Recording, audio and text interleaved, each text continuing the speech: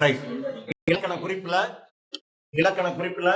எப்படி எல்லாம் வந்தா என்னென்ன இலக்கண குறிப்பு அப்படின்றத ஷார்ட்கட்டா சொல்லி தரேன், புரிஞ்சுக்கோ. தண்டி அலங்காரத்துல உயர்ந்தோர் அல்லது உயர்ந்தவர், மந்தவர், சற்றவர். நல்லா கவனிச்சுக்கோ, ஒரு இடத்துல இருக்கு செற்றவர் அப்படின்ற ஒரு சொல்லு இருக்கு. இது போல வந்தா வினையை செய்த கருத்தாவை கொண்டு அணையும் பெயர் வினையால் அணையும் பெயர். வினையை செய்த கருத்தாவை கொண்டு அணையும் பெயர் வினையால் அணையும் பெயர். அப்ப உயர்ந்தோர் என்ற சொல்லுக்கு இலக்கண குறிப்பு. அடுத்தது வெங்கதிர். நிறம், சுவை, அளவு, வடிவம், குணம் இவற்றினுடைய அடிப்படையில பிறக்கக்கூடிய சொற்கள் அனைத்தும் பண்பு தொகைக்குரியது. அப்ப வெங்கதிர் எப்படி சார்? நீங்க நிறம், சுவை, அளவு, வடிவம், குணத்துல எப்படி வருது பாருங்க. வெண்மை ஆர் வெம்மை, வெண்மை ஆர் வெம்மை. Very good. வெம்மை கூட்டல் கதிர்னு பிரிக்கணும். என்னன்னு பிரிக்கணும்? வெம்மை கூட்டல் கதிர்னு பிரிக்கணும். சரியா?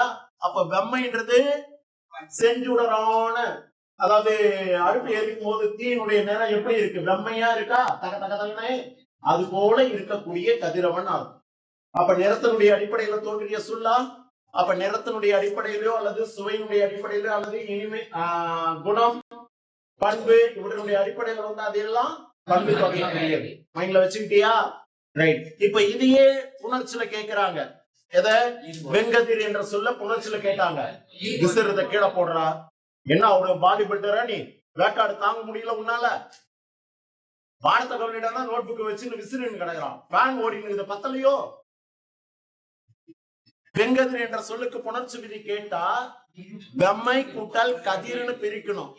பிரிச்சது சரி இருந்தாதான் உள்ள இருக்கிற விதியை பார்ப்போம். பிரிச்சது தப்புன்னா உள்ள போய் பார்க்க மாட்டோம். அப்ப வெம்மை கூட்டல் கதிர்னு பிரிக்கணும். மீண்டும் மைண்டுக்குள்ள வச்சுக்கோ.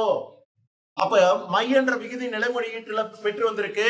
இதை நான் நீக்கணும்னா போட வேண்டிய விதி என்ன அப்படின்னா பண்பு பெயர் புணர்ச்சியில ஈறுபோத போட்டா மை கெட்டுதுன்னா மீதி என்ன இருக்கு? வெம் கூட்டல் கதிர்னு இருக்கு. அடுத்த சொல்லுலையும் கொடுத்த சொல்லுலையும் இதுலயும் என்ன மாற்றம் இருக்குன்னா இம் என்ற எழுத்து எனக்கு இங்கா மாறணும். மாறிடுச்சுன்னா கொடுத்த சொல்லு வந்துடும். அப்போ ஒரே விதியில ஒரு எழுத்து இன்னொரு எழுத்தா மாறணும்னா பண்பு பெயர் புணர்ச்சியில ஒரு விதி என்ன சார் அப்படின்னா முன்னின்ற மெய்திரிதல். என்ன விதி? முன்னின்ற மெய்திரிதல்.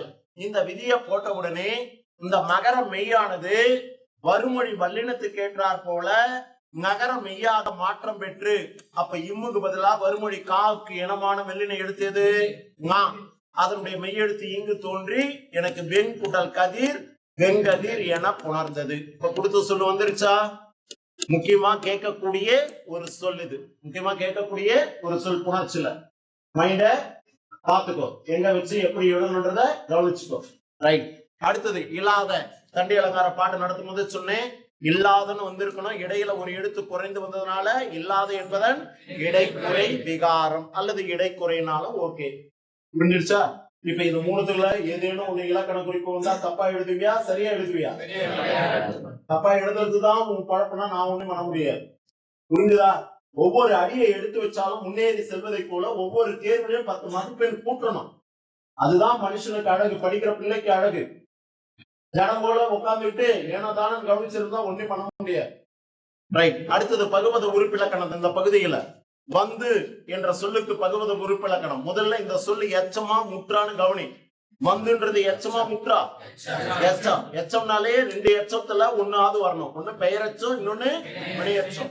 ஆ உம் சவுண்ட் வந்தா பெயரச்சம், இ ஊ சவுண்டுல முடிஞ்சா அதெல்லாம் வினையச்சம். அந்த அடிப்படையில இப்ப இது எச்சம் எந்த எச்சம்ன்றத பார்க்க போறோம். பகுதியில வா குறிலா இருக்கு. அப்ப குறிலோட எடுத்தோம்னா எனக்கு பொருள் தருமானா வராது. அதனால நான் நெடிலா மாத்திக்கிறேன். வா அப்படின்னு சொன்னா கட்டளை பொருள தருது, கூப்பிட்ட உடனே வர. சரியா? ஆனா கொடுத்திருக்கிறதுல என்னவா இருக்கு? குறில் வாவா இருக்கு. அப்ப அதை பிராக்கெட்டுக்குள்ள போட்டேன். அப்ப வா பகுதி பிராக்கெட்ல போட்டுதான் விகாரம். என்னன்னு ஆனது?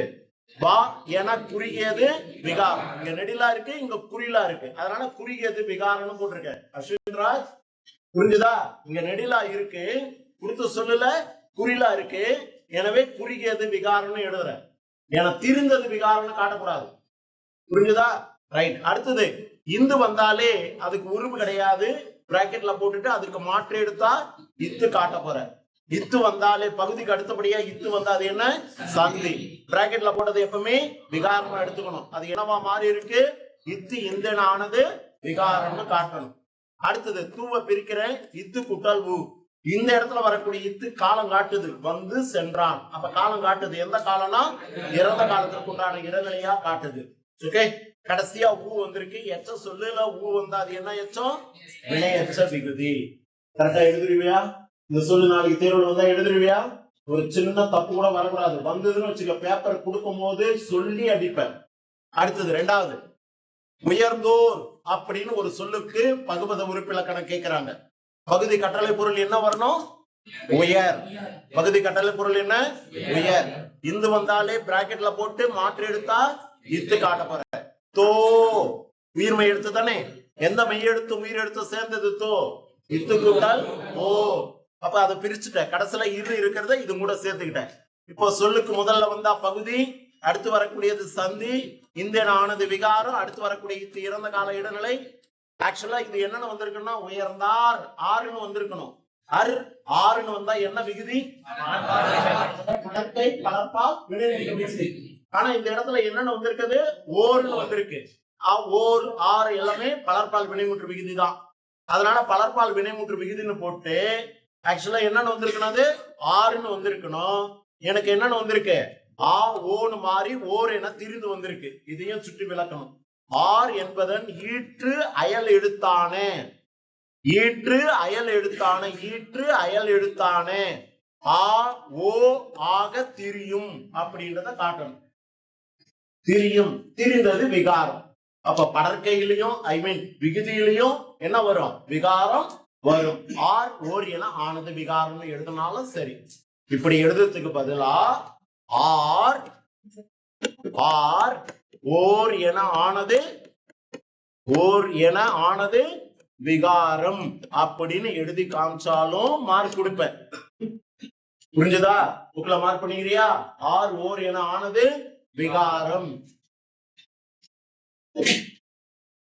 எனக்காக எழுதாதே. எப்படிலாம் எழுதுனா மார்க் வருன்றதுக்கு வாத்தியார் காட்டுற ஐடியாவை ஃபாலோ பண்ணுன்ற. ஏதோ வாத்தியார் பாக்குறாரு எழுதணும்னா திட்டு வரைந்தாலு அப்படின்னு நினைச்சு கண்ணி எடுத்து இருக்காத. புக்ல பதிராகுல உன்னுடைய மூளையிலையும் நான் சொன்னது பதிஞ்சு இருக்கணும். ரைட். அடுத்தது இந்த பகுதியில விலங்கு அப்படின்ற சொல்லுக்கு பகுபத உறுப்பிலக்கணம் கொடுத்திருக்காங்க பாருங்க. எச்சமா முற்றா? முதல்ல அதை கவனி. எச்சம். எச்சத்துல ஈ ஊ சவுண்ட் வந்தா என்ன எச்சம் சொன்னேன்? வினை எச்சம். அப்ப கண்டிப்பா இதெல்லாம் வினை எச்சம் சொல்லு இருக்கு இல்லையா? அப்ப விலங்கு என்பது பகுதி. ஈய பிரிச்சா இக்கு குடலி, இக்கு பூவா மாத்திக்கிட்ட. அதுக்கப்புறம் ஈ இருக்கு. அப்ப ஈ வந்திருக்கு. என்ன எச்சம்னு கேட்டா வினை எச்ச விகுதி. இது கஷ்டமா? கஷ்டமா அது இல்ல. அடுத்தது புணர்ச்சி விதியில ஆங்கவற்றுள் அப்படின்னு ஒரு சொல்ல பார்த்தோம் இல்லையா? ஏங்கொழி நீர் ஞாலத்து இருளகற்றும் ஆங்கவற்றுள் அப்படின்னு பார்த்தோம். அப்ப புணர்ச்சியில கேட்டாலே நிலைமொழி வருமொழி ரெண்டு விதமா பிரிக்கணும். அப்ப ஆங்கு கூட்டல் அவற்றுள். இப்ப நிலைமொழி ஈட்டுல என்ன எழுத்து இருக்கு பாரு? குற்றில ஒரு எழுத்து. வருமொழி முதல்ல உயிர் எழுத்து. அப்ப உயிர் வரின் உட்குரல் மெய்விட்டு ஓடும். அந்த மெய் எழுத்து விட்டு ஓட போகுது. அப்ப அதுக்குண்டான விதியை போட்ட மாற்றம் என்ன எனக்குன்னா ஆ இங்கு இக்கு கூட்டல் அவற்றுள். இப்ப நிலைமொழி ஈட்டுல மெய்யெழுத்து, வருமொழி முதல்ல உயிர் எழுத்து ரெண்டையும் இணைக்கணும்னா போட வேண்டிய விதி உடல் மேல் எதிர் வந்து ஒன்றுபடி எனக்கு கிடைச்சது ஆங்காவற்றுள். இதை எப்படி எழுதணும்னு சொல்லி இருக்கேன் நானே. பாக்ஸ் போட்டு ஒரு விதியா இருந்தா விதின்னு போடு, ஒன்றுக்கு மேற்பட்டா இருந்தா விதின்னு போடு, மாற்றமும் அதே போல ஒன்றா இருந்தா மாற்றம் போடு, ஒன்றுக்கு மேற்பட்டதா போச்சுன்னா மாற்றங்கள் அப்படின்னு காட்டுன்னு சொல்லி இருக்க. கரெக்டா? ஒன்றுக்கு மேற்பட்ட விதிகள் ஆயிருந்தா என்னன்னு காட்டணும்? மாற்றங்கள் போட்டு விதி மாற்றம் விதி மாற்றம். இத அழகா டேபிளர் காலம் போட்டு எழுதுனா முழுமையான மதிப்பெண் உனக்கு கிடைக்கும். இல்ல சார் நான் வரலாறு போல எழுதுறேன் அப்படின்னு சொன்னா கண்டிப்பா மார்க் குறையும் உனக்கு.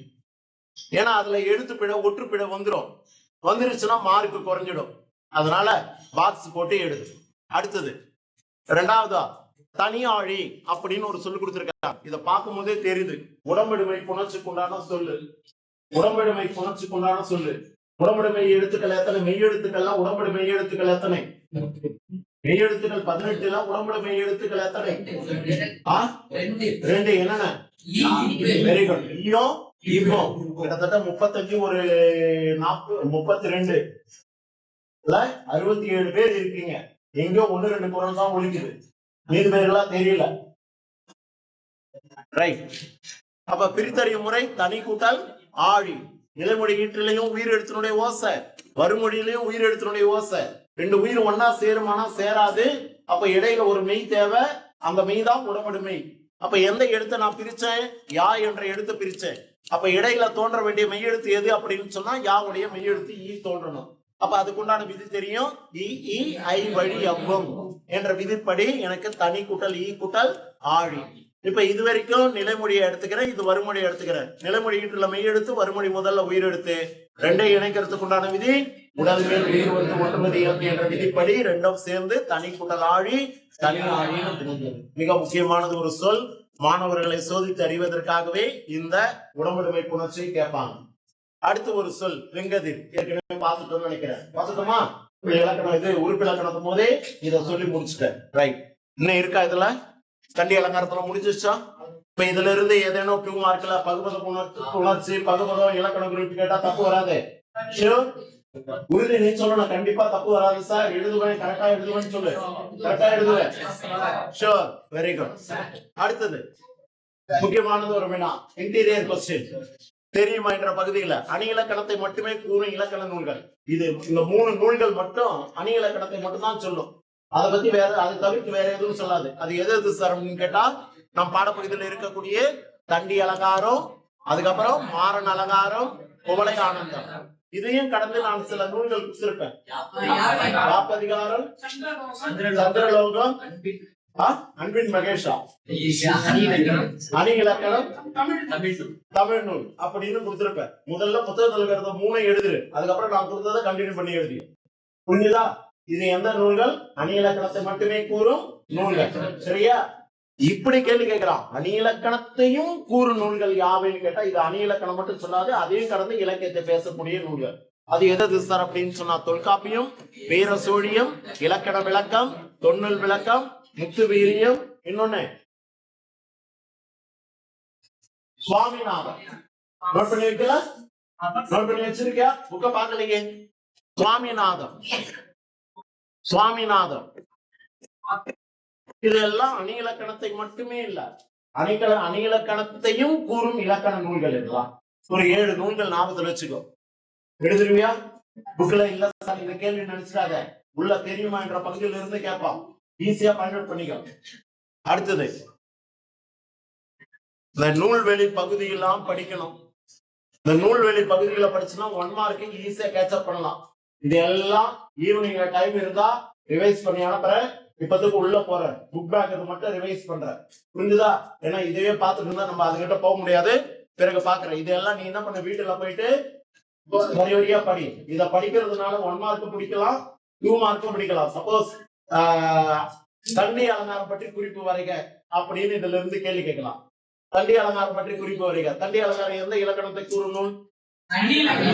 அப்ப இதுல வந்துருச்சா? இதுல இருக்கா? ஃபர்ஸ்ட் பாயிண்டே இருக்கு பாரு. அணி இலக்கணத்தை கூறும் நூல்களுள் தண்டி அலங்காரமும் ஒன்று. ஒரு பாயிண்ட் எடுத்துட்டியா? ரைட். 2வது பாருங்க, இதுல எத்தனை பிரிவுகள் இருக்கு? 3 பிரிவுகள். பொதுவியல், பொருள் அணியல், சொல் அணியல் என 3 பிரிவுகளை உடையது. நம் பாடப்பகுதியில எந்த பிரிவுல இருந்து பாடம் வந்திருக்கு? பொருள் அணியல். நடுவில் இருக்கிற பகுதியில இருந்து நமக்கு பாடப்பகுதி வந்திருக்கு. சரியா? இந்த தண்டி அலங்காரம் எந்த நூலை தழுவி எழுதப்பட்டது? என்ன மொழி நூல் அது? வடமொழி நூலாக சொல்லக்கூடியது. எந்த நூல்? வடமொழி நூலாக சொல்லக்கூடிய காவிய தர்சம் என்ற இலக்கண நூலை தழுவி எழுதப்பட்டது. அது மட்டும் இல்ல, பொருள் அணியலில் இடம்பெற்றுள்ள உரை மேற்கோள் பாடல் நம் பாடப்பகுதியில இடம்பெற்றிருக்குன்னு சொன்னாங்க. இப்ப இதெல்லாம் சேர்த்து இந்த நூல் இயற்றப்பட்ட காலம் எப்ப சார் அப்படின்னு சொன்னா கிபி 12ஆம் நூற்றாண்டு. இப்படி ஒரு 4 பாயிண்ட் எடுத்தோம்னா 2 மார்க் கொஸ்டின்ல தண்டி அலங்காரம் பற்றி குறிப்பு வரைகளை 2 மார்க் வாங்கிடலாமா? ஈவந்தோ 1 மார்க்ல கேட்பாங்க. தண்டி அலங்காரம் இயற்றப்பட்ட காலம் கிபி 12, 13, 14, 15 கொடுத்தா 12. தண்டி அலங்காரத்தில் உள்ள பிரிவுகளின் எண்ணிக்கை அதுல நம்ம பணம் இதுல வந்து இருக்கக்கூடிய பொருள் பொருள் அணிகள். கல்வி அலங்காரம் எந்த நூலை தழுவி எழுதப்பட்டது? நூல்.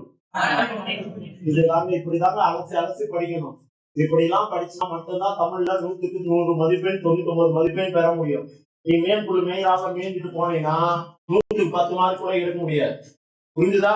வழி காமிச்சிருக்கனா இந்த வழியிலேயே அடுத்தடுத்து ஃபாலோ பண்ணிக்கணும். ரைட். அடுத்தது தண்டி அலங்காரம் முடிச்சுட்டு அது நமது மொழி அடையாளங்களை மீட்டவர் யாரு? மயிலை சீனி வெங்கடசாமி. இந்த கிரீன் பாக்ஸ்ல இருந்து ஒரு 4 மார்க் கொஸ்டினோ 2 மார்க் கொஸ்டினோ கேட்கலாம். நாராயண துரைக்கண்ணன் கூறிய மயிலை சீனி வெங்கடசாமியினுடைய உருவ விவரிப்பு இல்லையா? ஒரு 11 பாயிண்ட் சொல்லி இருப்பேன்னு நினைக்கிறேன். என்னோட பாயிண்ட் பாருங்க. 5 அடிக்கும் உட்பட்ட குரல் வடிவம் ஒன்னாச்சா? 2வது அகன்ற நெற்றி. மேல இருந்து வா நீயே உன்னை கற்பனை பண்ணிக்க. நீதான் மயிலை சீனி வெங்கடசாமி. எத்தனை அடி உயரம்? 5 அடிக்கும் உட்பட்ட குரல் வடிவம் அப்படின்னா 5 அடிக்கும் உள்ள அப்படின்னு வச்சுக்கோ. 2வது மேல இருந்து வா. நெற்றி எப்படி இருக்கா? அகன்ற நெற்றி. அதே போல முகம் எப்படி இருக்கு? வட்ட முகம். மூக்கு எப்படி இருக்கு? எடுப்பான மூக்கு. பேச துடிக்கும் வெள் உதடுகள். அடுத்தது அவர் கட்டியிருந்த வேட்டி 4 முழ வெள்ளை வேட்டி. போட்டிருந்த சட்டை காலர் இல்லாத முடுக்கை சட்டை. சட்டை பையில என்ன இருக்கும்? மூக்கு கண்ணாடி இருக்கும். கூட என்ன இருக்கும்? பவுண்டைன் பேனா இருக்கும். கழுத்தை சுற்றி என்ன போட்டிருப்பாரு? இருபுறமும் தொங்கும் மேல் துண்டு. இடது கரத்துல, கரம்னா என்ன? கை. இதுல என்ன இருக்குமா? புத்தக பை. இப்படி 11 பாயிண்ட் சொல்லி இருக்குன்னு நினைக்கிறேன். அப்படியே கற்பனை. இப்ப நான் தான் மயிலை சீனி வெங்கடசாமி. என்னுடைய தோற்றம் எத்தனை அடி? 5 அடிக்கு உட்பட்ட. அடுத்தது நெற்றி, முகம், அடுத்தது இடுப்புல 4 முறை உடம்பு மேல சட்டை பையில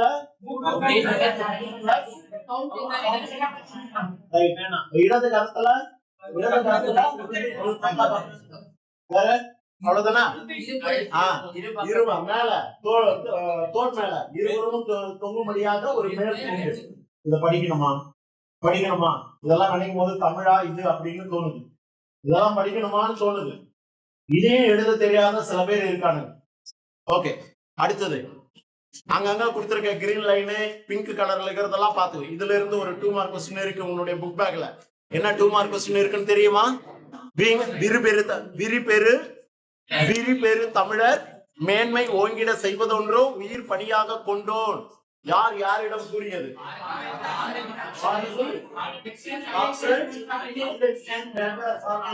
கூறியது. எதற்காக கூறினார் கருத்து இருக்கு. ரைட். படிச்சிருக்கீங்க, சந்தோஷம். அடுத்தது இந்த நூல் வெளியில 1 மதிப்பெண் 2 மார்க் கொஸ்டின் எல்லாமே அவைலபிள். என்னன்னு பாருங்க. நம்மளுக்கு எல்லாம் தெரிஞ்சது தமிழ்நாட்டை ஆண்ட மூவேந்தர்கள் யார் யாரு? சேரனுடைய கொடியில என்ன சின்னம் இருக்கும்? சோழனுடைய கொடியில பாண்டிய நாட்டு கொடியில. ஆனால் பாண்டிய நாட்டினுடைய கொடியில யானை சின்னம் இருந்ததாக யார் ஆராய்ந்து சொன்னாரு? எந்த நூலில சொல்லப்பட்டிருக்கிறாங்க? அகநானூறுல. எந்த நூறுல? அகநானூறுல 162வது பாடல்ல குறிப்பிடப்பட்டிருப்பதை ஆராய்ந்து இந்த உலகிற்கு சொன்னவர் யார்? எந்த பாண்டிய மன்னன்? பசும்பொன் பாண்டிய மன்னன் தன்னுடைய கொடியில் யானை சின்னத்தை கொண்டிருந்தான் என்ற செய்தி அகநானூற்று பாடல்ல 162வது பாடல்ல குறிப்பிடப்பட்டிருப்பதை இவர் ஆராய்ந்து சொல்லி இருக்கார். பாண்டிய நாட்டு கொடியில பொதுவா மீன் சின்னம் தான் இருக்கும். ஆனா பசும்பூன் பாண்டியனுடைய கொடியில என்ன சின்னம் இருந்தது? யானை சின்னம். டிவிகே இல்லையா? நாம தெரிஞ்சுக்கோ. டிவிகே என்ன சின்னம் இருக்கு? போர் யானை. அதனால தப்சாரே வந்து டிவிகே ஓட்டு கேட்கிறாரான்னு நினைச்சிட்டு போற. மைண்ட்ல ஸ்டோர் பண்ணதுக்காக ஒரு ஐடியா கொடுக்குறேன். சரியா? அது போல யானை சின்னம் யாருடைய கொடியில இருந்தது? எந்த பாண்டிய மன்னன்? பாண்டிய மன்னனுடைய கொடியில இருந்ததாக கூறப்பட்ட நூலு பாடல் அப்படின்னு சொன்னவர் யாரு? Very good. இவ்வளவு சொல்லிட்டு பிறகு நாளைக்கு இதுல இருந்து ஒரு கேள்வி கேட்டு தப்பா விட வச்சுக்கோ, நீ நீயாக இருக்க மாட்ட. அவ்வளவுதான். ரைட். அடுத்தது தண்டி அலங்காரத்துல இலக்கண குறிப்புக்குள்ளவா? சாரி, இளந்தமிழ்ல இலக்கண குறிப்புக்குவா பார்க்கலாமா? போட பாரு. சொல்லக்கூடிய குறிப்புகளை மைண்ட்ல வச்சுக்கோ. பேருல வந்து அதை கேட்சப் பண்ணி எழுது. செம்பருதி, செந்நிறம், செந்தமிழ் எல்லாமே நிறத்தினுடைய அடிப்படையில் வந்துச்சு. இது போல 3 கேட்பானா? சரணம் கேட்க மாட்டான், ஏதேனும் ஒண்ணுதான் கேட்பான். சரியா? ரெண்டாவது சிவந்து எச்சமா முற்றா? என்ன எச்சம்? என்ன எச்சம்? உரு வச்சா சிவந்து. அதே விலங்கி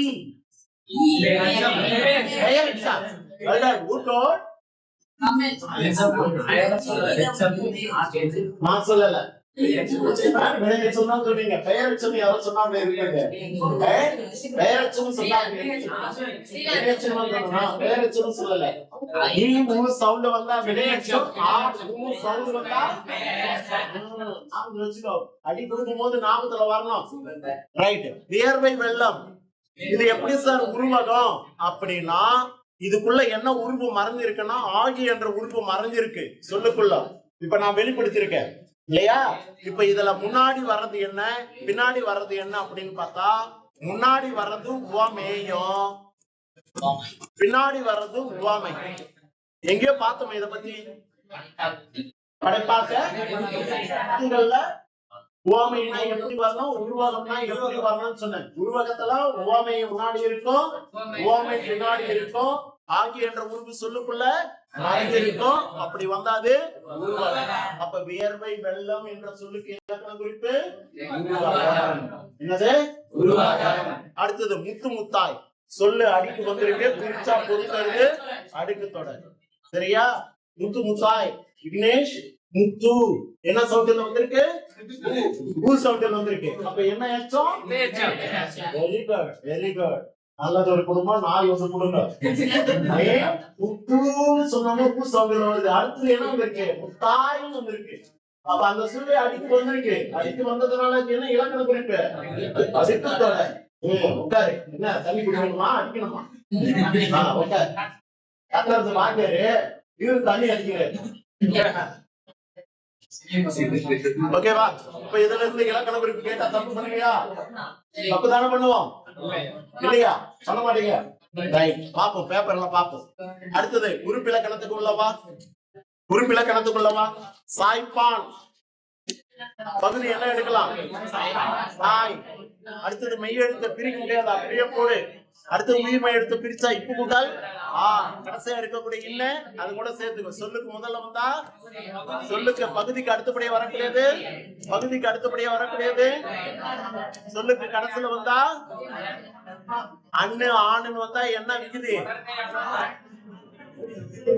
படற்கைன்னு எழுதுறதுல ஒரு சிலர் தப்பு பண்றீங்க. இக்கு போட்டு காட்டணும், இல்லன்னா படற்கை படற்கை அப்படின்னு உச்சரிப்பு வரும். படற்கைன்னு வரணும். இடையினத்துக்கு அப்புறம் வல்லினம் மிகும். சரியா? ரைட். அடுத்தது விம்முகின்ற என்ற சொல்லுக்கு பகுவது உறுப்பிலக்கணம். விம்மு பகுதி, கின்ற என்றத பிரிச்சா கின்று கூட்டல் ஆ. கின்றுனாலே எந்த காலத்துக்குரிய இடைநிலை? நிகழ்காலத்துக்குரியது. ஆ சவுண்டுல வந்த எச்சம் பெயரெச்ச விகுதி. முக்கியமானது. கொஸ்டின் பேப்பரே வரல, எப்படி சார் முக்கியமானதுன்றியா? மாணவர்கள் தவறு செய்யக்கூடிய தன்மை அதுதான். அதனால அதெல்லாம் கேட்டிருப்பாங்க. என்ன போல ஒரு புரியல. ஓ, என்ன ஜீனியஸ்ல சொல்றேன் நீ? நான் ஏதோ கேள்வி கேட்ட வாத்தியாருக்கு நினைச்சுட்டு பேசலாம்னு இருந்தேன். ரைட். அடுத்தது வியந்து என்ற சொல்லுக்கு பகுதி. வியந்து எச்சமா முற்றா?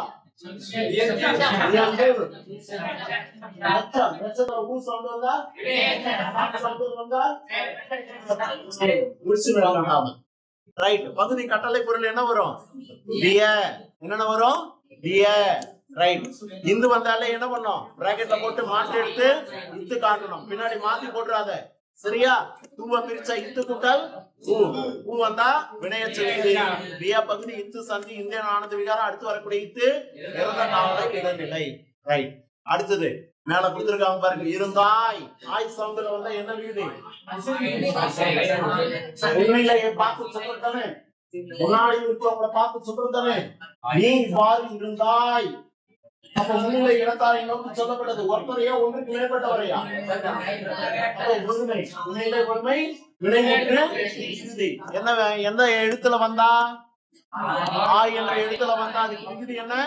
உண்மையில ஒருமை வினைமுற்று விகுதி. சரியா? பகுதி என்ன வந்திருக்கு? இரு. இத்து சந்தி இந்திய ஆனது விகாரம் இடுத்து இறந்த கால இடைநிலை. புரியுச்சா? ரைட். அடுத்தது இப்ப இதெல்லாம் சொல்லி கொடுத்துட்டு எக்ஸாம்பிளுக்கு டெஸ்ட் வைப்பேன். இதுல இருந்து ஒரு 10 இலக்கண குறிப்பு கொடுப்பேன். இதுல இருந்து ஒரு 10 புணர்ச்சி கொடுப்பேன். இதுல இருந்து 10 பகுமத உறுப்பு இலக்கணம் கொடுப்பேன். யாரெல்லாம் தப்பு பண்றானோ அவனுக்கு நாளைக்கு எக்ஸாம் அலோடு கிடையாது. சரியா?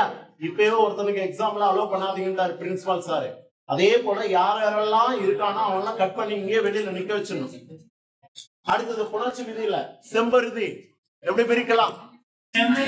செம்மை கூட்டால் நிலைமொழி ஈட்டுல என்ன விகுதி வந்திருக்கு? மை. அதை நீக்கணும்னா நான் போட வேண்டிய விதி. இப்ப இதுல டேபிள் காலம் போடும்போது விதிகள் மாற்றங்கள் கொள்ளமா? என்ன விதி போடணும்?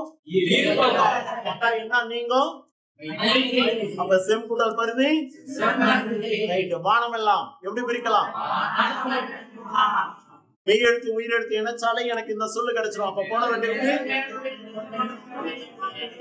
இது போல கண்டிப்பா ஒரு சொல் இருக்கும். சுலவேடஸுக்காகவே அரசாங்கத்துல இது போல எளிமையா ஒரே ஒரு விதி புகுத்துறாங்க. ஒரு சொல்லு கேட்பான். அதையாவது ஏதேனும் ஒன்று எழுத சொல்லும் பொழுது இது போல ஈஸியா இருக்கிறதுக்கு எடுத்து எழுதிரு. புரிஞ்சுதா? டைம் சேவ் ஆகும். அடுத்தது உன்னையெல்லாம் எந்த இடத்துல பிரிச்சிருக்காங்க பாரு. பிரிச்சிருக்காங்க.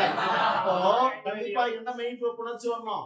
உடம்படுமை புணர்ச்சியில ஐ வழியாவும் வரணும். அப்ப இடையில எகர உடம்படுமை எடுத்து தோன்றும். அதுக்கப்புறம் இந்த மெய்யெழுத்து உயிரெழுத்து இணைக்கணும்னா உடல் மேல் உன்னையெல்லாம் என்ன பண்ணது? என்னன்னா குழப்பமா? தெளிவா இருக்கியா? ரைட். அடுத்தது செந்தமிழே பிரிச்சா செம்மை கூட்டல் தமிழே. நிலைமொழி ஈட்டுல என்ன விகுதி வந்திருக்கு? மை.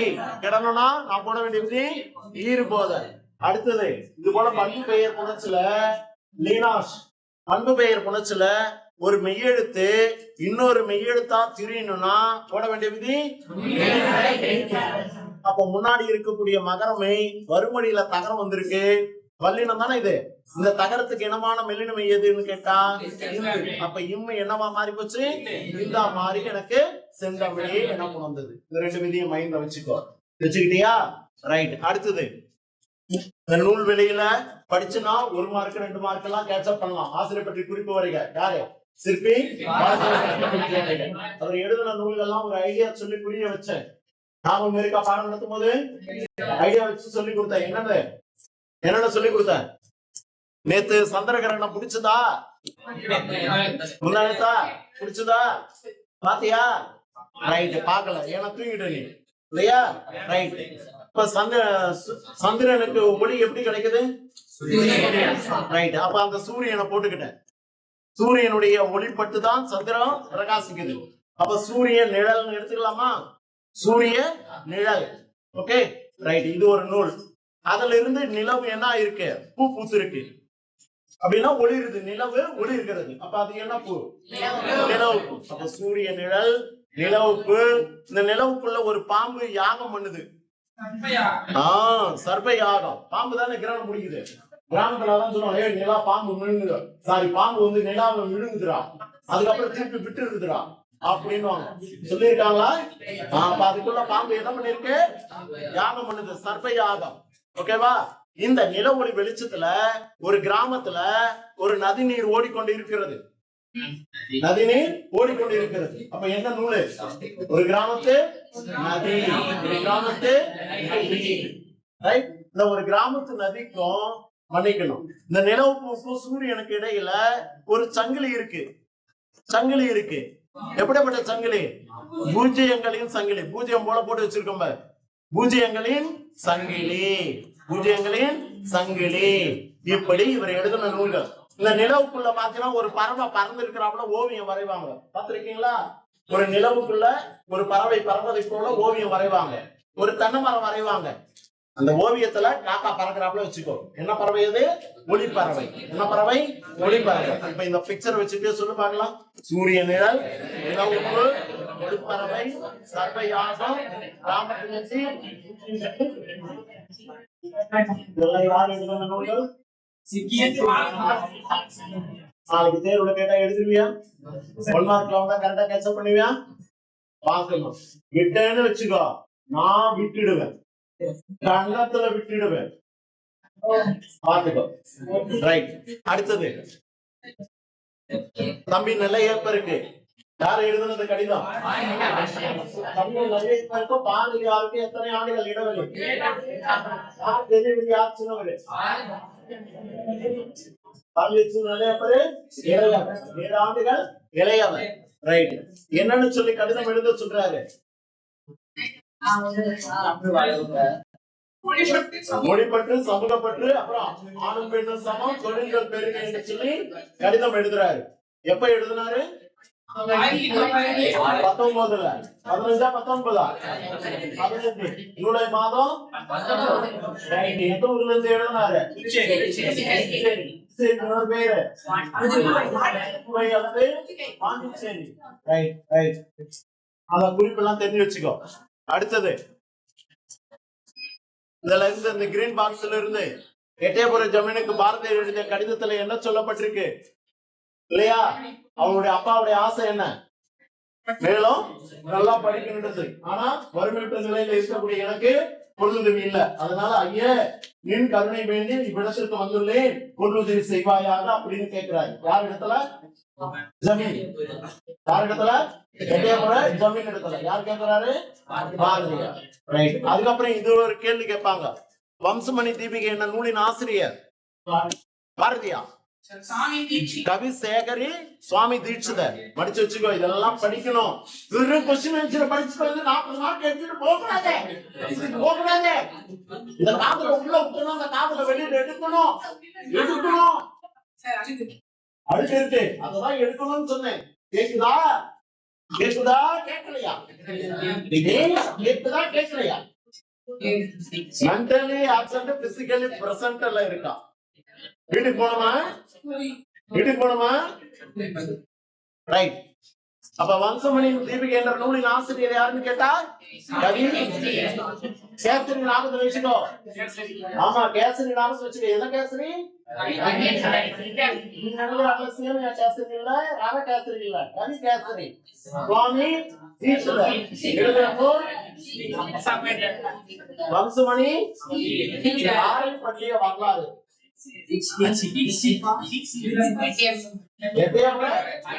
மன்னரை குறித்த வரலாறு. எட்டயபுர மன்னரை குறித்த வரலாறு. இங்க இருக்கிற தீட்சித் குறித்த வரலாறு கிடையாது. சரியா? வரலாறு யாரும் எழுத மாட்டாங்க. சரி சார். அடக்கம், அகவன், வீக்கம், பிரசன்னா, குத்து வாங்காத, சொத்து வாங்கு. சரி சார், இந்த நூல்ல நிறைய பிழைகள் இருப்பதாக சொல்லி பாரதியார் எட்டயபுர ஜமீனுக்கு எப்ப கடிதம் எழுதினாரு? 6/8/1919 கடிதம் எழுதினாரு. அதை மறுபதிப்பு செய்து தர, பிழைகளை நீக்கி மறுபதிப்பு செய்து தருமாறு கேட்டாரு. ஆனா எட்டயபுர ஜமீன் கொடுத்தாரா? கொடுக்கல. மீண்டும் அந்த நூல் மறுபதிப்பு எப்ப செய்யப்பட்டது? 2008ல. அது மறுபதிப்பு செய்தவர் யாரு? இலசை மணி. எந்த ஆண்டு? 2008. நீ பிறந்தியா? பூமியில ஒரு பாரம், பூமி மேல ஒரு பாரம் விழுந்திருக்கு. ரைட். நாம வச்சுக்கிட்டியா? 2008 நீ எந்த ஆண்டு, எந்த பள்ளிக்கூடத்துல, எந்த வகுப்புல படிக்கிற? வீட்டுல இருந்த.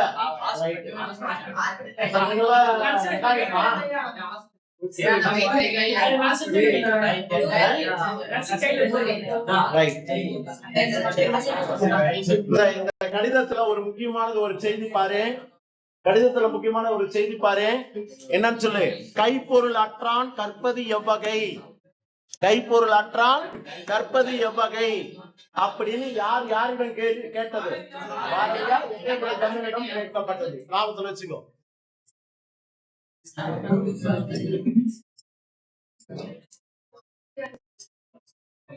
இதெல்லாம் ஆசிரியர் பற்றிய குறிப்புகள்ல படிச்சுனா ஒரு மதிப்பெண்ணு. பிறகு வரேன், இதெல்லாம் முடிச்சுட்டு வரேன். இலக்கணத்துல முழுமையா வரிக்கு வரி படிச்சாதான் 1 மார்க் கேட்சப் பண்ண முடியும். மயங்குடி எழுத்துக்கள் எத்தனை? 8. என்னென்ன?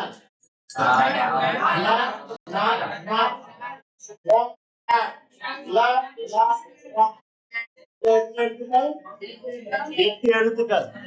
மயங்குடி எழுத்துக்கள் எத்தனை? 8. மயங்குடி எழுத்துக்கள் எத்தனை? 8.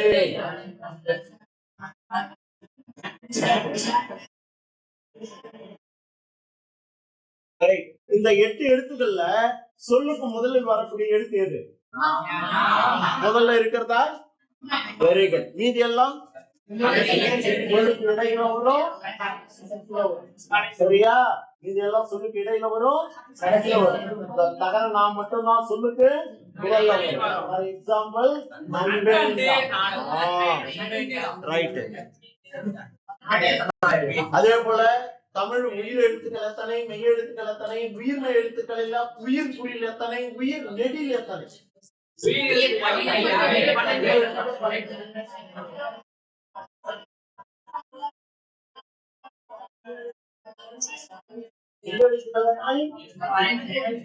உயிர்மெய் எழுத்துக்கள் எத்தனை? 214. உயிர் மெய் குறில் எத்தனை? அங்க இருக்குது. அப்பாவுக்கு போடுறேன். அப்பாவுக்கு போடுங்க. எப்படியாப்பட்ட பிள்ளைங்க தெரிஞ்சு வச்சிருக்கு பாருங்கப்பா அப்படின்னு சொன்னீங்க. எப்படி வந்தது அந்த 90? உயிர் 5, உயிர் குறில 5, 18. புருஷோத்தமனுக்கு ஒரு கையை தட்டா.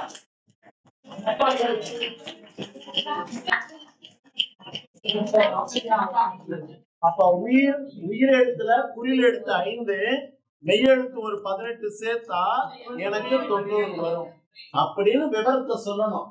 அங்க போட்டுருக்குச்சா? சரி, உயிர்மெய் நெடில் எத்தனை எழுத்துக்கள்? எப்படி?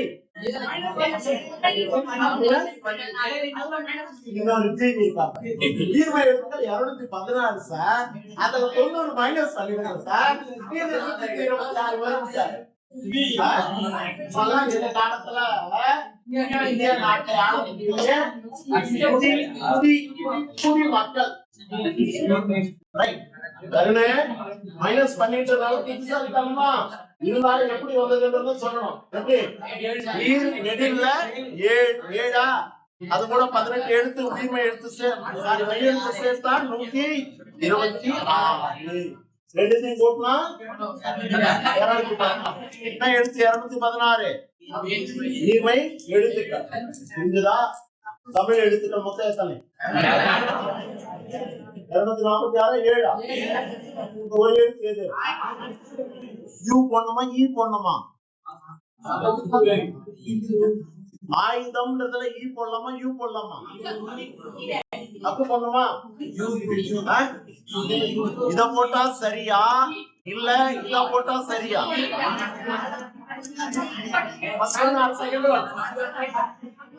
இத போட்டா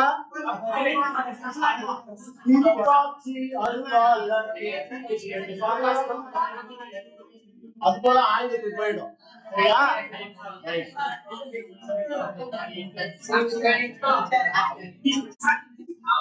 முக்கியமானது ஒரு கேள்வி. பிழைகளை தவிர்க்க சில குறிப்புகள். இந்த 6 பாயிண்ட் முக்கியமானது ஒரு கேள்வி. நோட் பண்ணி வச்சுக்கோ, நாளைக்கு வருது. பிழைகளை தவிர்க்க சில குறிப்புகள். தமிழில் பிழைகள் வராதபடி எழுத வேண்டிய கருத்துக்கள் யாவை? அதே போல பரத்து இந்த பொருள் வேறுபாட்டிலிருந்து ஒரு 2 மார்க் கொஸ்டின் இருக்கு. பொருள் வேறுபாட்டை அறிந்து வாக்கியத்தில் அமைக்க ஒரு 2 மார்க் கொஸ்டின் இருக்கு. இப்ப நானே இயல் 1ல இலக்கண தேர்ச்சி பகுதிக்கு வந்திருக்கேன். இயல் 1ல இலக்கண தேர்ச்சிக்கோள் பகுதிக்கு வந்திருக்கேன். பாட புத்தகத்துல ஆன்சர் கரெக்டா இருக்கான்னு செக் பண்ணிக்கோ. பண்ணலன்னா பண்ணிடு. ஃபர்ஸ்ட் ஒன், விடையான தொடர் எது? காலையில் மல்லிகை. இதான பிழை, இதான பிழை. உன்னை குழப்பத்துக்காகவே இங்க உன்னை காளைகளை பூட்டி வயலை உழுதுன்னு கொடுத்துருக்கிறோம். இங்கேயும் காளைன்னு வந்திருக்கு, இங்கேயும் காளைன்னு வந்திருக்கு. நீ டக்குன்னு பார்த்த உடனே ஃபர்ஸ்ட் ஆன்சர் தூக்கி போட்டுவ. மைண்டு கிட்ட போகாத. அது சொல்றது சில நேரங்கள தப்பா கூட சொல்லும். அலசு. காளைகளை பூட்டி வயல், அது சரியாதான் இருக்கு. ஆனா இந்த இடத்துல காலையில் பூத்த மல்லிகை மனம் வீசியதுதான் தவறு இருக்கு. புரியுதா? அப்ப பொருந்தாத பிழையான தொடர் எதுன்னு கேட்டா தேர்ட் ஒன் ஆன்சர். அடுத்தது, பேச்சு தமிழில் அமைந்த தொடர் எது? இதுல அவருக்கு நல்லது கெட்டது யாருக்கு? தமிழ் சாருக்கு நல்லது கெட்டது நல்லாவே. அடுத்தது மூணாவது கேள்வி, முடிந்தால் தரலாம்.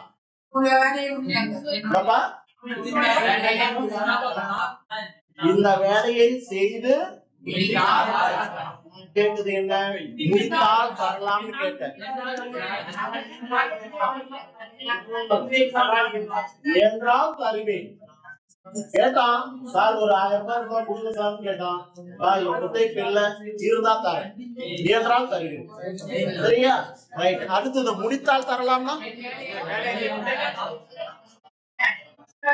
என் வேலையை செய்து முடித்தால். சரியா? இது போல கேள்வி வந்தா விட்டுடுவியா, எழுதுவியா? அதான் புரிஞ்சுச்சா? முடிந்தால் தருவேனா என்றால் கொடுத்து உதவுவேன், அவ்வளவுதான். முடித்தால் தரலாம்னா இந்த வேலையை செய்து முடித்தால் தருவேன். ரைட். அடுத்தது, தமிழில் பிழை என்று எழுதுவதற்கு மேற்கொள்ள வேண்டிய வழிமுறைகள் வந்துருச்சா? ரைட். அடுத்தது பலபல் தெரிகளவா? சாத்தா சர்க்குணரின் உரையை ஏற்படுத்தி ஆர்வத்தினால் மயில சீனி வெங்கடசாமி எழுதிய நூல் கிறிஸ்தவமும். ரைட்டு. இதே போல இன்னும் 2 நூல்கள் எழுதினாரு. என்னென்ன நூல்கள்? சமணமும் பௌத்தமும் தமிழும். அஸ்வின் ராஜுக்கு ஒரு கையை தட்டு.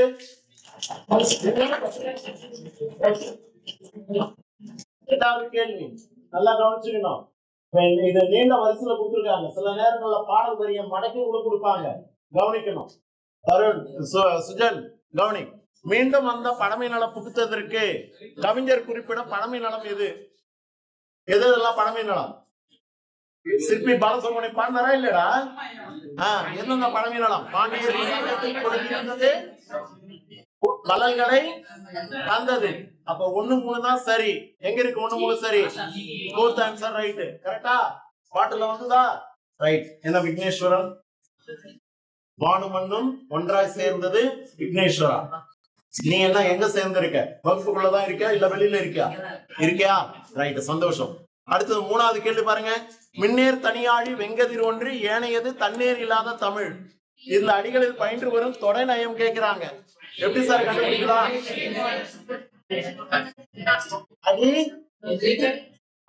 அடி எதுகைன்னு சொல்லும்போது எது பாருங்க?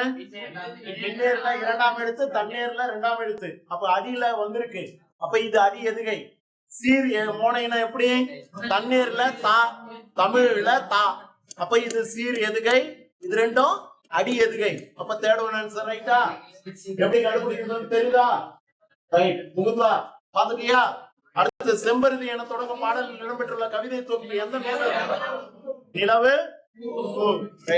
அடுத்தது, மயில சீனி வெங்கடசாமி எழுதிய சொல்லாய்வு கட்டுரைகள் அஞ்சிரை தும்பி என்ற தொகுப்புல வெளியிடப்பட்டது. ரைட். குருவினா, சிறுவினா, நெடுவினா அதை எடுத்து உட்காந்து படிச்சிடணும். எதையும் நெக்லெக்ட் பண்ணக்கூடாது. சரியா? ரைட். அடுத்தது, நல்லா கவனிச்சுக்கோ. கவர்மெண்ட் கொஸ்டின் பேப்பர் தானே நினைக்காத. இந்த தமிழ் அறிஞர்களுக்கு ஒரு கேள்வி வரும். உங்களை கைட்ல கொடுத்துருப்பாங்க, அது மட்டும் கொஞ்சம் பாத்துக்கோ. தமிழாக்க சொல்லலாமா? கொஞ்சம் கையில பிடிச்சு வச்சுங்க, அப்படியே ரிவைஸ் பண்ணிட்டு பாக்கலாம். நான் கேட்கும் போது பதில் சொல்லு. கையில பிடிச்சுக்கோ.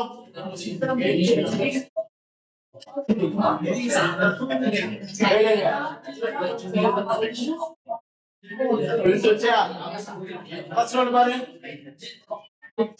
learning is a treasure that will follow its owner everywhere.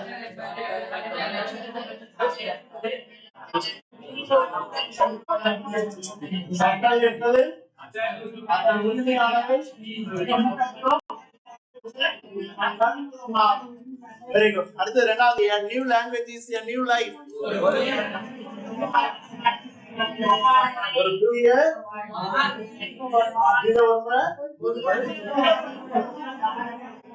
right.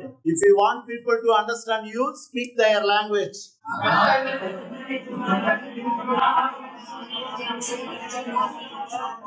மக்கள் உங்களை புரிந்து கொள்ள வேண்டுமானால் நீங்கள் அவர்களுடைய மொழியில் பேசுங்கள்.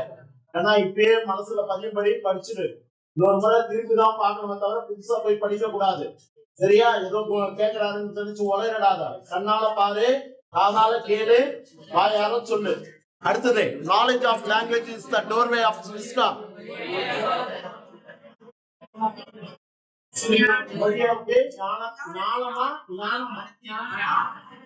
ஞானத்தின் நுழைவாயில். நான் வரணும், நான் வரக்கூடாது. சரியா? Right. The limits of my language are the limits of my world. மொழியின் எல்லையே.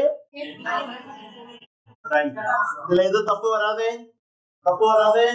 ரைட். நயம் பாராட்டல், மீண்டும் ஒரு முறை சொல்லிட்டேன், பல முறை சொல்லிட்டேன். நயம் பாராட்டல்ல முக்கியமா எனக்கு என்ன வேணும்? மைய கருத்து.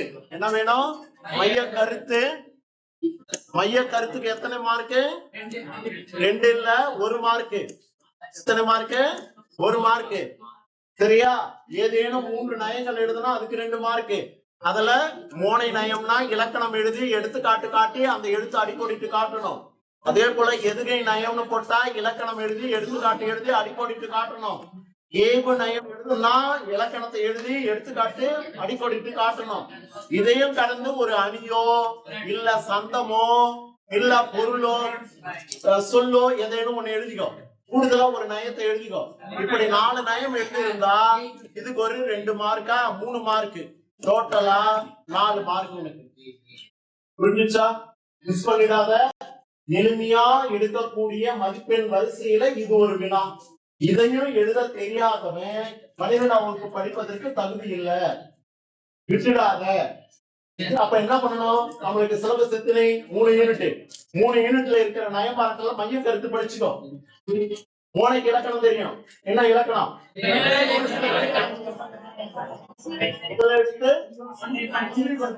அவ்வளவுதான். எதுகைனா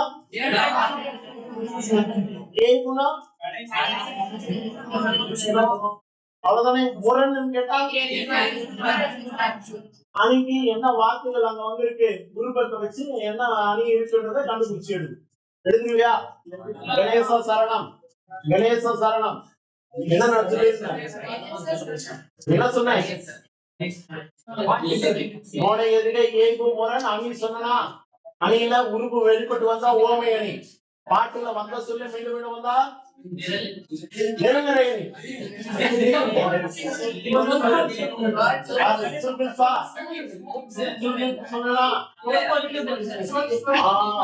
அந்த சொல்ல மீண்டும் மீண்டும் வந்தா இந்த பாட்டுல என்ன அணி இருக்கு? இந்த பாட்டுல என்ன அணி இருக்கு? எதை வச்சு? கூட்டி கூட்டி என்ற சொல் திரும்ப திரும்ப வந்திருக்கு. புரியுதா? அதனால இந்த பாட்டுல சொல் பொருள் சொல்லாமா? இந்த பாடலில் அந்த வரியை சுட்டி காட்டு. கூட்டி என்ற சொல் திரும்ப திரும்ப வந்து ஒரே பொருளை உணர்த்தியது சொல் பொருள் பின்வரும் நிலையை பயின்று வந்துள்ளது. எழுதலாமா? நயம்பாரட்டல் முடிஞ்சு போச்சு. விட்டுடாத. கண்டிப்பா ஒரு நயம்பாரட்டல் இருக்கும். அப்படி இல்லைன்னா அணி இருக்கும். அப்படி இல்லைன்னா திணை இருக்கும். அப்படி இல்லைன்னா தமிழாக்கம் இருக்கும். அப்படி இல்லைன்னா கவிதை ஒன்று கேட்பான். இவ்வளவு வழி காட்டின பிறகு நீ அந்த வழியில வரலடானா பள்ளிக்கூடத்து பக்கமே தலை வச்சு படிக்காத, வீட்டிலே இருந்துரு. அடுத்தது, கீழ்காணும் பத்தியை படித்து 5 வினாக்களை உருவாக்குக. இது தலைகீழ நின்னாலும் கேட்க மாட்டான். பப்ளிக் எக்ஸாம்ல வேணா கேட்பான். இதெல்லாம் நீயே எழுதிருவ. அடுத்தது, ஓமை தொடர்களை சுற்றுச்சூழலில் அமைத்து எழுதுக. நான் கேட்டவங்க மட்டும் பதில் சொல்லு. கும்பல்ல கோயந்தா போடாத. கிஷோர் கார்த்திக், தாமரைகளை நீர் போல வாக்கியத்தலாமே தாமரை தேநீர் போல மட்டும் படாமல் மட்டும் படாமல் அது ஒட்டும் ஒட்டாமலும் பழகினான். அப்படிப்பட்ட ஃப்ரெண்டு தேவையா? யார் அவன்? ஆகாஷா, அமுதனா, தருணா? தருண் யாரும் இல்ல. ரைட், உட்காருங்க. வாழ்க்கையில் ஏற்பட்ட அனுபவத்தை பகிர்ந்துகிட்டான். ரைட். காமேஷ், கிணற்று தவளை போல.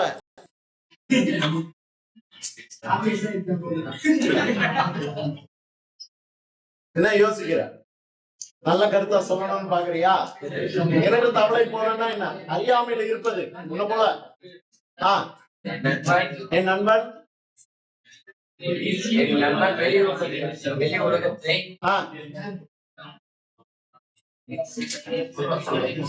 எனக்குதான் வா.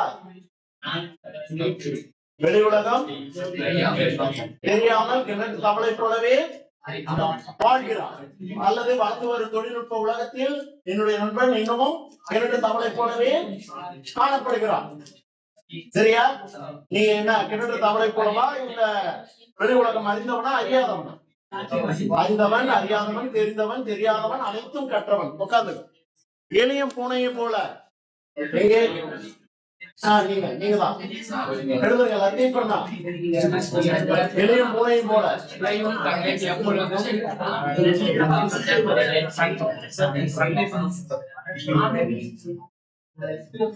அன்னையும் தங்கையுமா எப்பொழுதும்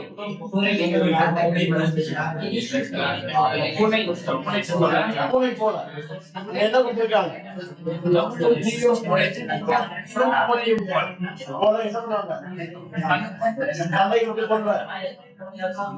தெளிவா பார்த்தீங்க.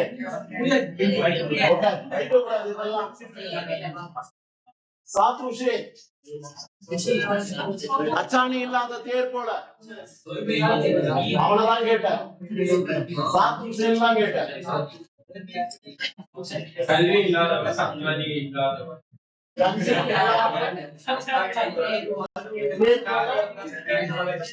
இருப்பவனா? எங்க எங்க இருப்பான்? கல்வி இல்லாதவன். கல்வி இல்லாதவன் எங்க இருப்பான்? அச்சாணி இல்லாத தேர் போல எங்க இருப்பான்?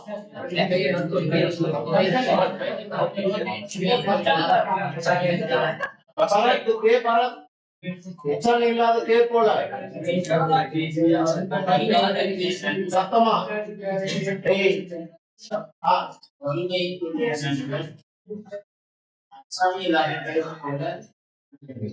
வறுமையில் இருந்த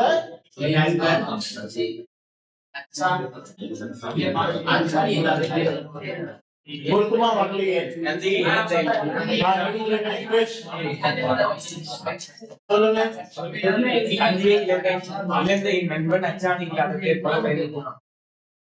ஏன்னா வருவாய்க்கு உண்டான ஆதாரமாக இருக்கக்கூடிய அப்பாவை இழந்துட்ட பிறகு அந்த குடும்பம் நகர முடியாத ஒரு தேர் போல. அச்சாணி இல்லாத தேர் எவ்வாறு நிலையை விட்டு நகராதோ அது போல அவனுடைய நிலைமையும் காணப்படக்கூடியது. ரைட், உட்காரு. அடுத்தது உள்ளங்கை நெல்லிக்கனி போல. சௌமியன், சௌமியன், சௌமியன் சொல்லப்படும்.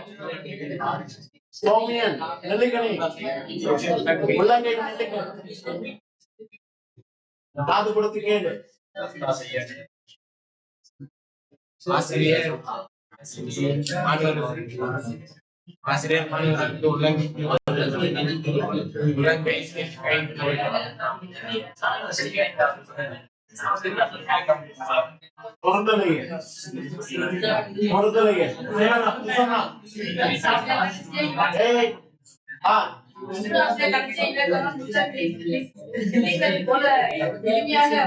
புரிந்தது.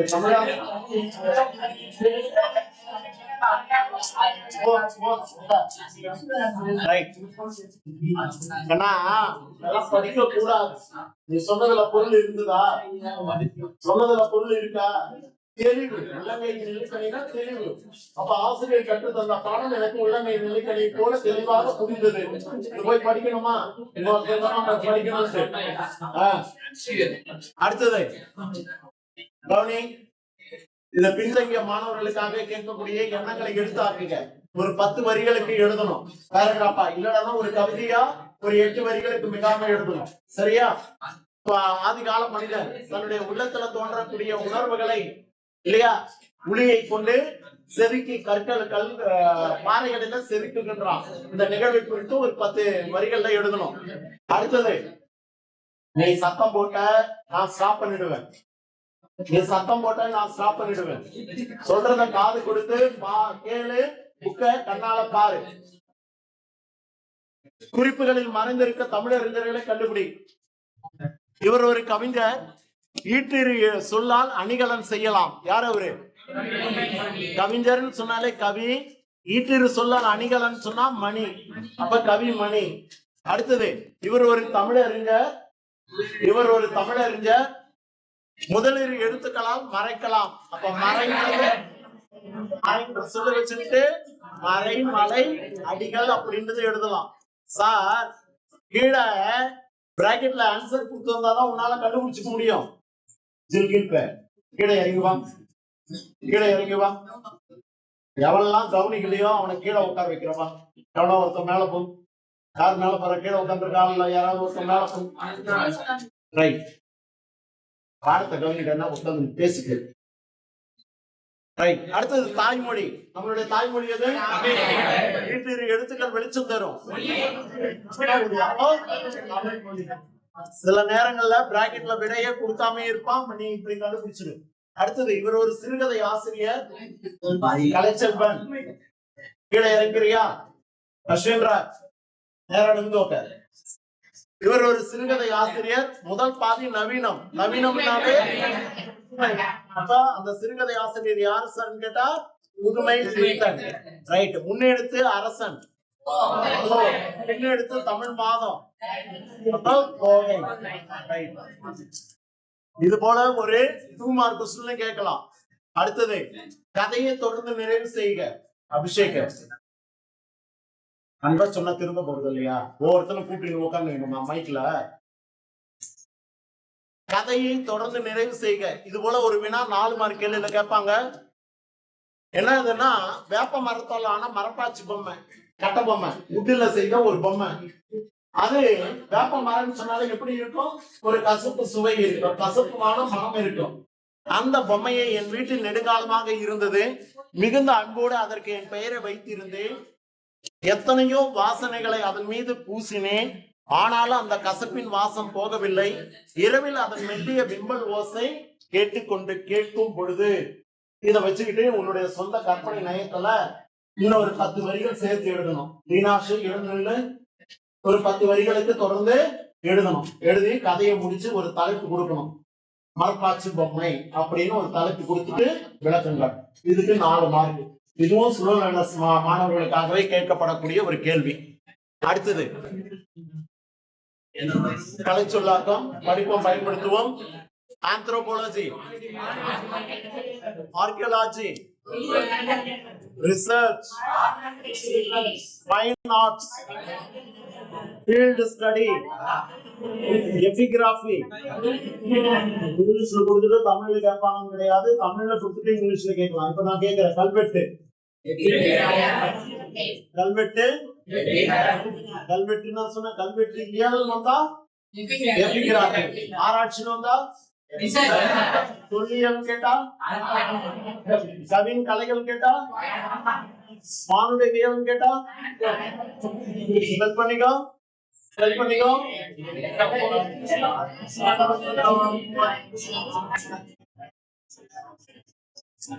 அதே போல அறிவை விரிவு செய் பகுதியிலிருந்து ஒரு 1 மார்க் நாளைய தினம் நடைபெறக்கூடிய தேர்வுல வரும். இங்க மட்டும் இல்ல, அடுத்தடுத்த தேர்வுல இன்னும் இது போலதான் வரும். அதனால படிக்கும் பொழுது இதெல்லாம் உன்னிப்பா பாரு. பாரதியினுடைய கடிதங்கள் நம் பாடப்பகுதியிலே யார் ஆசிரியர்? ரைட். இலக்கண உலகில் புதிய பார்வைன்னு சொன்னாலே கண்ணு நாக்கு டாக்டர் பொர்கோ. ரைட். சுவர் ஒட்டிகள். சரியா? ஆக்ஷன் கொடுத்தனா? ஆமா, முத்துசாமி. ரைட். அடுத்தது, நெல்லூர் அரிசி அகில.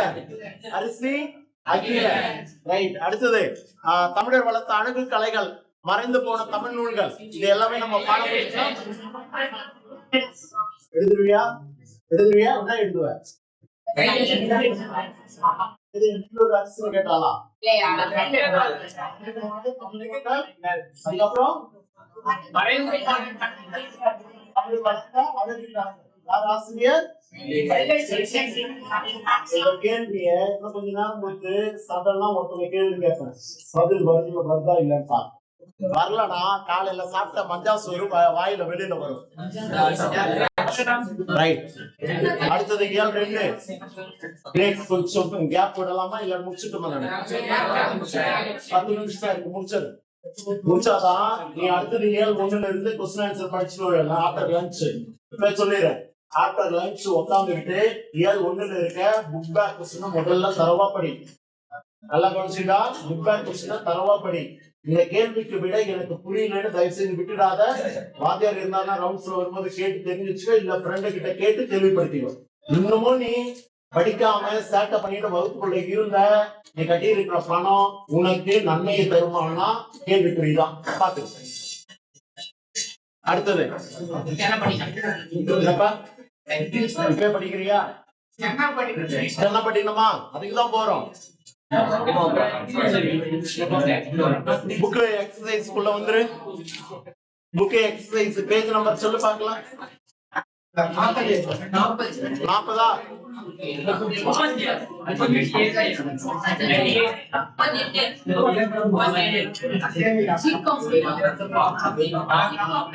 ஓகே கவனிக்கலாமா? 7 கவனி. இவ்வளவு நாள் நீ கவனிக்கலாம் கூட, இப்பயாவது கவனிச்சுனா கூட மதிப்பெண் கூட்டலாம். கவனி. தமிழில் திணை பாகுபாடு டேஷ் அடிப்படையில் பகுக்கப்பட்டுள்ளது. ஒரு குறிப்பினுடைய அடிப்படையில பகுக்கப்பட்டுள்ளது. அடுத்தது உயர்திணை என்மனார் மக்கள் சுற்றிய அக்ரிணை என்மனார் அவரால் பெறவே. நூற்பா இடம்பெற்ற இலக்கண நூல் தொல்காப்பியம். எந்த நூல்ல இடம்பெற்றிருக்கு? அப்படின்னா என்ன? உயர்திணை என்பவர்கள் மக்கள், அக்ரிணை என்பவர்கள் மக்கள் அல்லாதவர்கள். அக்ரிணை அப்படின்னு சொன்ன நூல் எதுன்னு கேட்டா தொல்காப்பியம். யார், எது ஆகிய வினா சொற்கள் முறையே பயனலை அமைந்து உணர்த்தும் திணைகள் எது? இப்ப நான் கொஸ்டின் பேப்பர்ல வேணும்னே உன்னை குழப்பறதுக்காக என்ன பண்ணிருப்பேன்னா எது யாருன்னு கேட்டிருப்பேன். அப்ப என்னன்னு போடணும்ப்ப? எதுன்னு கேட்டா அக்ரிணை, யாருன்னு கேட்டா உயர்திணை. அது இடம் மாறி எப்படி வந்திருக்குன்னு பாரு, அதுக்கேற்ற ஆப்ஷன் இருக்கான்னு பாரு. இப்போ உங்களுடைய பாட புத்தகத்துல யார் எதுன்னு கேட்டிருக்கான். அப்ப யார் என்பது உயர்திணை, எது என்பது அக்ரிணை. அப்ப செகண்ட் ஆன்சர் ரைட். இதுதா அப்படியே கண்ண மூடிக்கிட்டு இது புக்ல இருக்கிறதே வந்துக்குதுறான்னு நினைச்சிடாத. சில நேரங்கள்ல அதை மாத்தி இருப்பான். அடுத்தது பொருத்தி விடை தேர்க. நீதான் கண்டுபிடிக்கணும். கண்டுபிடி பார்க்கலாம். அவன், அவள், அவர் என்றது என்ன பெயர்கள்? ரைட்டு. அது பக்கத்துல ஆ போட்டுக்கோ. அடுத்தது சாத் ஹுசேன். நாங்கள் முயற்சி செய்வோம். நாங்கள் சொன்னாலே உள்ள படுத்தா தன்மை பன்மை. நாம் முயற்சி செய்வோம்னா உளப்பாட்டு தன்மை பன்மை. சரியா? இங்க இருக்கக்கூடிய நாம் நாளை நடைபெறக்கூடிய காலாண்டு தேர்வுல 100க்கு 100 மதிப்பெண் பெறுவோம். நாம் அப்படின்னா நம்ம எல்லாரும். அப்போ இது உளப்பாட்டு தன்மை. அதே போல நாங்கள் நாம் என்பது இது பிரகாரம் ஆன்சர் பார்த்தா 4 1 2 3 எங்க இருக்கு? ஃபர்ஸ்ட் ஒன்னா தானடா? ரைட். மொழியின் சொற்றொடர் அமைப்பை விளக்கிக் கொள்வதற்கும் பயன்படுத்துவது முதன்மையாகும். நாளே சொல்லு. என்னன்னா அந்த சொல்லு வினை பால் எண். எண்ணுன்னு எழுதும் போது மட்டும் கவனத்துல வை. போன தேர்வுல கண்ணா வினான்னு எழுதி வைக்கிறீங்க. திணைக்கு 2 சொல்லி 9 போடுறீங்க.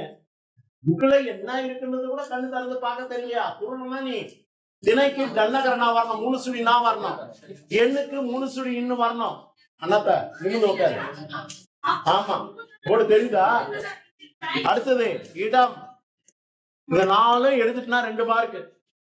புரிஞ்சுதாடா காமேஷ்? இந்த கேள்வி வந்தா திணை பால் எண் இடம் மட்டும் எழுதுனா போதும், 2 மார்க். அடுத்தது மொழியின் சொற்றொடர் அமைப்பை மன்னிக்கணும். அடுத்த கேள்வி, உயர்திணை பன்மை பெயர்கள் பன்மை விகுதி பெற்று வருமாறு 2 தொடர்கள். ஏன் சொந்தமா எழுதலாம். 4 விளையாட்டு வீரர்கள் வந்தனர், 2 மனிதர்கள் சென்றனர். அப்போ உயர்திணைக்குரிய சொல்லுல கண் என்ற விகுதி சேர்த்து இருக்கணும். அப்ப மனிதர்கள் வீரர்கள் அதுதான் எடுத்துக்காட்டு. இதை எழுதினாலே போதும். எழுதுலையா? ஓகே. அடுத்தது களவு தெரிகிற ஆன்சர் சொல்லி பார்க்கலாம். குரங்குகள் என்ன பண்ணுச்சு? குளிரா? இன்னொரு ஐடியா கொடுக்குறோம். குரங்குல முதல் எழுத்து பூ, அதே போல குளிரால முதல் எழுத்து பூ பொருத்தம். ரைட். அடுத்தது விலங்குகள்ல பறவைகள், பசுக்கள். ஆன்சர் 3 4. ரெண்டாவது ஆன்சர் ரைட்டா? ரைட். அடுத்தது நரம்புகளுக்குள் வீணை மீட்டிக் கொண்டிருக்கிறது என்று ஐயப்பன் மாதிரி மழை மேகங்களா மழை துளிகளா? புரிஞ்சுதா? கையில மழை தண்ணியே வாங்குறாராம், அப்படியே வீணைக்குள் நரம்புக்குள் வீணை மீட்டுவது போல ஒரு உணர்வு அவருக்கு. புறப்படுறதுக்காகவே மழை மேகங்கள் ஒண்ணு கொடுத்துருக்கிறான். அவசரப்படுறாத. என்னன்னு வரணும்? மழை துளிகள் வரணும். ரைட். அடுத்த 3வது கேள்வி, சென்னை வெறும் நகரம் மட்டுமன்று அது நம்பிக்கை மையம். காரணம் எல்லாமே தானே? ரைட். அடுத்தது பொய்யாவானம் என்ன இலக்கண குறிப்பு?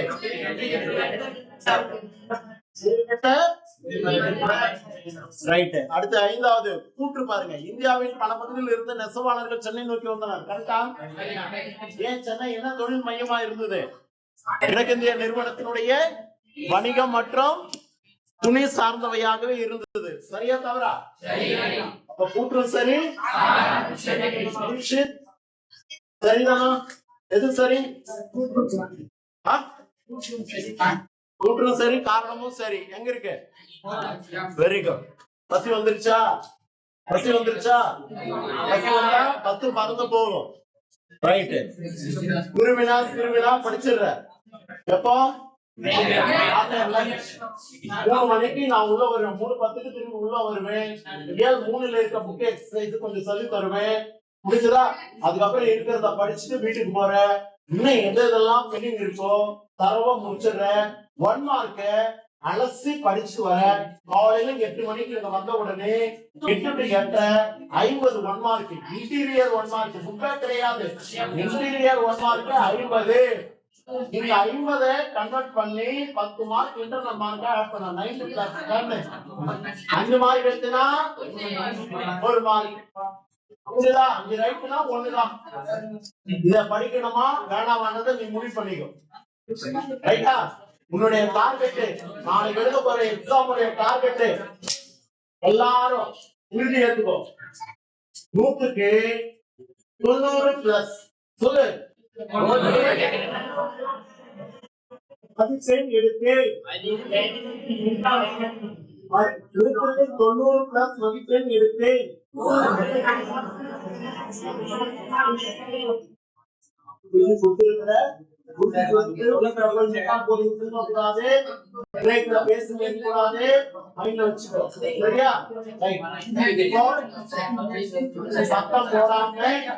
சத்தம் போடாம வீட்டு மட்டும் மூவ் பண்ணிக்கோ.